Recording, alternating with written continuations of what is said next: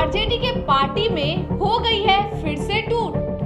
क्या तेज प्रताप के अर्जुन हमेशा देंगे उनका साथ? क्या आरजेडी में सभी लोग बना रहे हैं तेज प्रताप से दूरी? क्या आरजेडी को तोड़ तेज प्रताप बनाएंगे नई पार्टी? दो न्याय अगर तो आधा दो, पर इसमें भी यदि बाधा हो तो दे दो केवल 5 ग्राम, रखो अपनी धरती तमाम। हम वही खुशी से खाएंगे, परिजन पर हंसी न उठाएंगे। ऐसे तो यह कविता राष्ट्र कवि दिनकर की रचना रसीम रथी की है, परंतु आजकल इस कविता के विशेष मायने हैं, क्योंकि अब तेज प्रताप अपने सियासी विरोधियों पर महाभारत के पात्रों के जरिए निशाना साध रहे हैं। और ऐसे में अगर हम कविता पे गौर करें तो हम देखेंगे कि इस कविता में अपने अधिकार को लेने की बात की जा रही है। नमस्कार, मैं प्रज्ञा, आप देख रहे हैं न्यूज भारतवर्ष। आज स्टूडियो में हमारे साथ मौजूद है हमारी कलीग तन्वी। आज हम एक बार फिर इस स्टूडियो में बात करेंगे राजद परिवार के बारे में। जैसा कि हमने पहले भी बातें की थी कि ऐसा कयास लगाया जा रहा था कि राजद परिवार के बीच कुछ खटपट चल रही है, पर कहीं ना कहीं अब ऐसा देखा जा रहा है कि राजद परिवार में अब बातें इतनी बढ़ चुकी हैं कि अब लगाए गए कयास कहीं ना कहीं सच नजर होते आ रहे हैं। तो आज हमारे स्टूडियो में उपस्थित हमारी कलीग तन्वी से हमारा पहला सवाल यह है कि जैसा कि हम सभी जानते हैं कि राजद के विशेषज्ञों का कहना है कि इस कविता के जरिए तेज प्रताप संभवतः अपने मन की बात कह रहे हैं, तो हम आपसे यह जानना चाहते हैं कि इस पे आप क्या सोचती हैं या आपके क्या विचार हैं। जी शुक्रिया प्रज्ञा। यह जो सवाल है यह आम जनता के बीच भी एक रहस्यमय सवाल अभी बना हुआ है। हमने देखा है कि जिस तरीके से तेज प्रताप यादव ने इस कविता को ट्वीट किया था और कहीं ना कहीं इसके अर्थ सीधे तौर पर राजद के खिलाफ एक खुली चुनौती से दिख रही है। इसके बाद हमने यह भी देखा कि ऐसे समय में जब तेज प्रताप महाभारत के पात्रों के जरिए अपने सियासी विरोधियों पर निशाना साध रहे हैं, किसी को दुर्योधन कहकर संबोधित किया था, उस समय यह कविता विशेष रूप से मायने रखती है।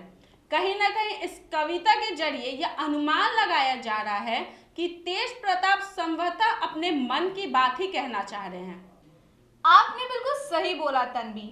तो हमारा आपसे अगला सवाल यह है कि राजद पार्टी में इन दिनों चल रहे अंदरूनी विवाद को लेकर राजद नेता तेज प्रताप यादव के मन में बहुत कुछ बातें चल रही हैं, जिसे उन्होंने सोशल मीडिया और ट्विटर जैसे अन्य प्लेटफॉर्म पर रविवार को एक पोस्ट के द्वारा साझा किया है।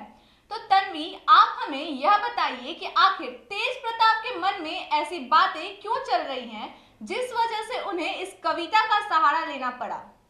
जी प्रज्ञा, जैसा कि हम लगातार देख रहे हैं कि दोनों नेताओं तेज प्रताप और जगदानंद सिंह के बीच पिछले कई दिनों से विवाद बढ़ गया था।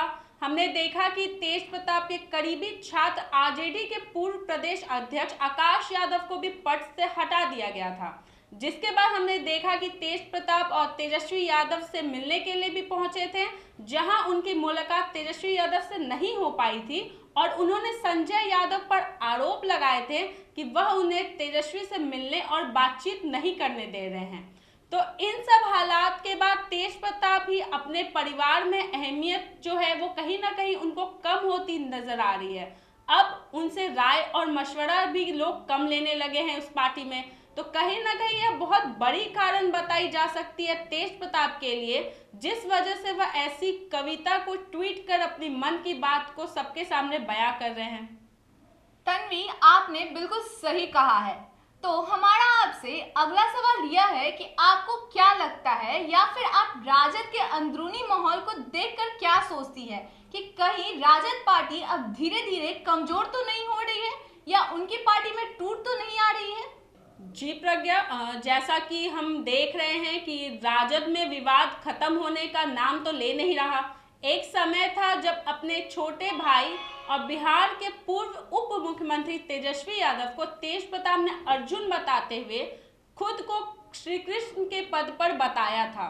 वहीं अब हम ये भी देख रहे हैं कि तेज प्रताप सत्ता में अपनी अधिकार की बात करते भी नजर आ रहे हैं। तो राजद पार्टी इन दिनों चल रहे अंदरूनी विवाद में यह अंदाजा लगाना बिल्कुल भी गलत नहीं होगा कि राजद में धीरे धीरे कहीं ना कहीं फूट आनी शुरू हो चुकी है। आपने बहुत सही कहा तन्वी। हमारा आपसे अगला सवाल यह है कि आपको क्या लगता है कि तेज प्रताप के अर्जुन, जो कि हम सभी जानते हैं कि उनके अर्जुन कोई और नहीं बल्कि उनका छोटा भाई तेजस्वी यादव है, तो क्या उनके अर्जुन हमेशा उनका साथ देंगे या बीच भंवर में उनका साथ छोड़ देंगे? आपका क्या विचार है इस पे? जी प्रज्ञा, यह सवाल तो थोड़ा कठिन है इन हालातों में, क्योंकि राजद में वर्तमान जैसे हालात नजर आ रहे हैं और जैसा कि मैंने आपको पहले भी बताया कि तेजस्वी को अर्जुन बताते हुए खुद को कृष्ण बताने वाले तेज प्रताप अब सत्ता में अपने अधिकार की मांग करते नजर आ रहे हैं। तो कहीं ना कहीं ऐसा प्रतीत होता है कि जो सहारे की उम्मीद तेज प्रताप ने तेजस्वी यादव से की थी, उस पर तेजस्वी यादव खड़े नहीं उतर पा रहे हैं। और हमने भी इन पूरे मामलों में यह देखा है कि अभी तक तेजस्वी यादव ने इन मुद्दों पर तेज प्रताप के पक्ष में कोई भी बयान नहीं रखा है और ना ही तेज प्रताप से उन्होंने किसी भी तरीके की मुलाकात की। तो इन सब हालातों को देखते हुए यह कहना मुश्किल हो गया है कि तेज प्रताप के जो अर्जुन है, जो कि तेजस्वी यादव है, अब वह उनका हमेशा साथ देंगे या नहीं। तो तन्वी, हमारा आपसे अंतिम सवाल और सबसे अहम सवाल यह है कि हम सभी राजद परिवार में चल रहे इस अंदरूनी खटपट को देख रहे हैं, तो आपको क्या लगता है कि ये अंदरूनी खटपट ही तेज प्रताप को दूसरी पार्टी बनाने पर मजबूर करेगा या कहीं ना कहीं वो खुद भी यही चाहते हैं कि वो दूसरी पार्टी का निर्माण करे? जी प्रज्ञा, यह सवाल तो अभी हर किसी के जहन में कहीं ना कहीं चल रहा है, क्योंकि राजद में जैसे हालात हमें लगातार दिख रहे हैं और तेज प्रताप ने अपने अधिकार की भी अब मांग कर दी है और तेज प्रताप को अपने ही परिवार में अहमियत जो है वह कम होती नजर आ रही है। तो इस स्थिति में ऐसा अनुमान लगाया जा सकता है कि तेज प्रताप यादव अपनी स्वाभिमान के लिए राजद के खिलाफ अपनी एक पार्टी खड़ी कर सकते हैं। पर अब तो यह आने वाला वक्त ही बताएगा कि जैसे हालात लगातार बने हुए हैं, इस स्थिति में राजद विभाजित होगा या फिर राजद सुप्रीमो लालू प्रसाद यादव राजद को बचाने के लिए कामयाब होंगे।